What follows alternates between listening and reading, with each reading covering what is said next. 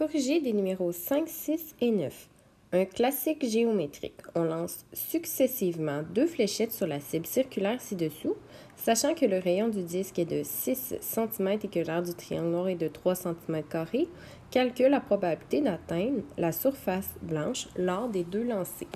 La première chose que je vais faire, c'est de définir mon événement, que je vais appeler A, qui sera atteindre la surface blanche.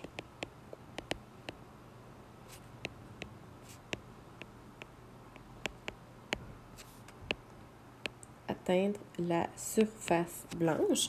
Donc, en ce moment, je m'intéresse à la probabilité d'avoir la surface blanche suivie de la surface blanche. C'est donc la surface blanche et la surface blanche. Et on n'oublie pas, quand on utilise le « et », on va multiplier les probabilités. Donc, la première chose à faire, ça va être d'aller chercher l'aire de mon disque. On vous dit que le rayon du disque est de 6 cm. Donc, l'aire du disque, pi fois le rayon au carré, donc pi fois 6 au carré, donc 36 pi centimètres carrés sera l'aire de mon disque. Et nous, ce qui nous intéresse, c'est l'aire de la surface blanche. Donc, je vais prendre l'aire de mon disque, auquel je vais soustraire l'aire de mon triangle noir. Donc, 36 pi moins 3. 36 pi moins 3, ça donne 110,097 cm². Donc, ça ici, c'est l'aire de la surface blanche. Donc, nous, on s'intéresse à la probabilité d'avoir la blanche, de lancer une fléchette dans la surface blanche suivie de la surface blanche. Donc, c'est l'aire de la surface blanche sur l'aire totale, qui est l'aire du disque, donc 36 pi, multiplié par l'aire de la surface blanche encore, sur l'aire totale, qui est encore une fois 36 pi. Donc, on multiplie les dénominateurs ensemble.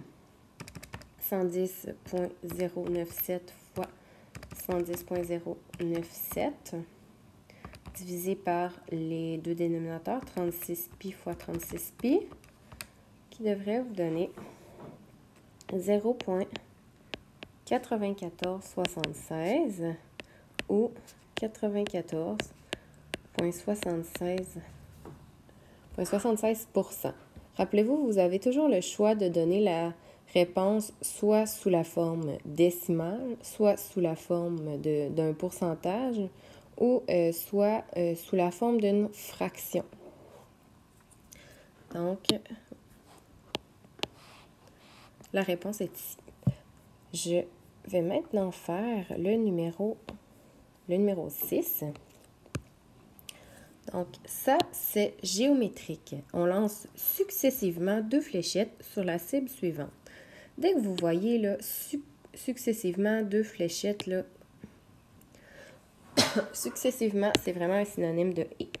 Parce que c'est on lance et on relance. Donc, quelle est la probabilité que la première tombe sur le motif ligné et que la deuxième tombe sur le motif brique? Première chose, je vais définir mes événements. A sera atteindre le motif ligné et B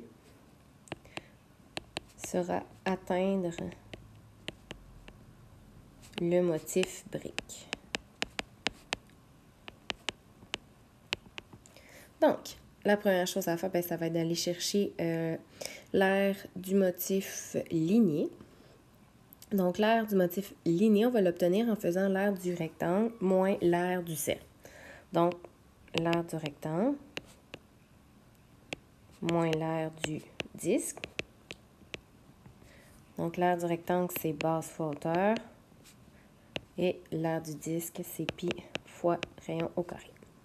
Donc, pour le rectangle, on a 4 fois 9. Moins pi fois. Et là, pour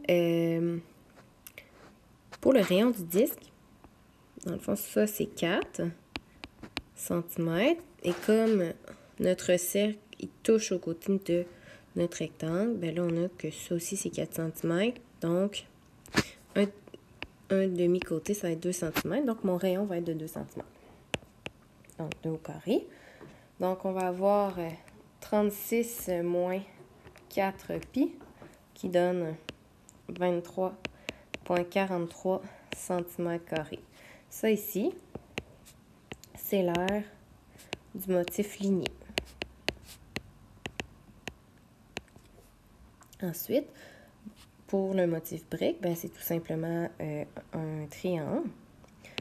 Donc, base fois hauteur divisé par 2. Bon, là, ce qu'il faut comprendre, c'est que ici, c'est le diamètre, ce qui fait que c'est 2 rayons, donc 4 cm. Donc, la base, c'est 4 fois la hauteur qui est 2, divisé par 2. Ça devrait donner 4 cm². Donc, maintenant qu'on a ça, on peut répondre à la question que la probabilité d'atteindre le motif ligné suivi du motif brique. Donc, la probabilité d'atteindre le motif ligné, c'est l'aire du motif ligné, 23,43 sur l'aire totale, qui est 36, c'est notre rectangle, fois l'aire du motif brique, qui est 4 sur 36, qui devrait vous donner 0,07231 ou 7,23%.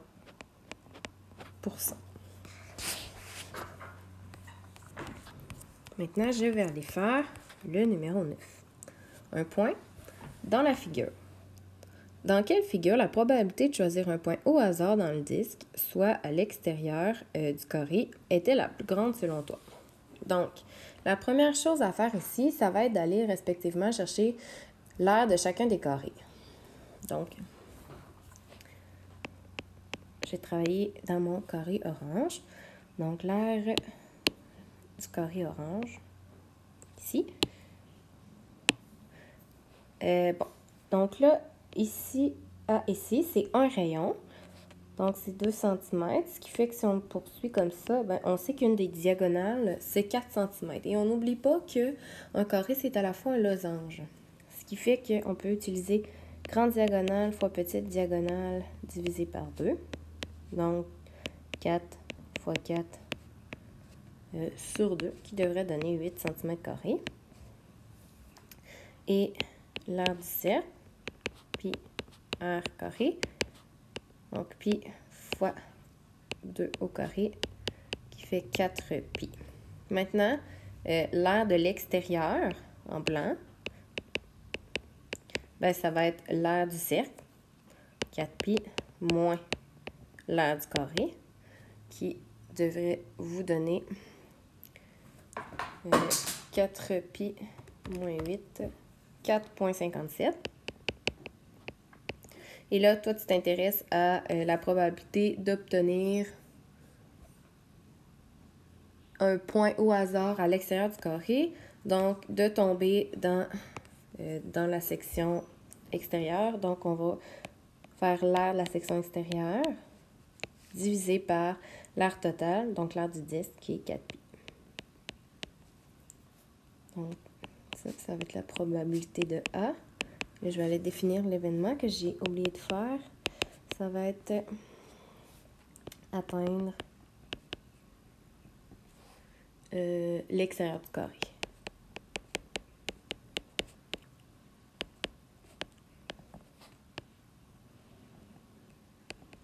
Et ben. Donc, 4,57 divisé par 4 pi, vous devriez avoir environ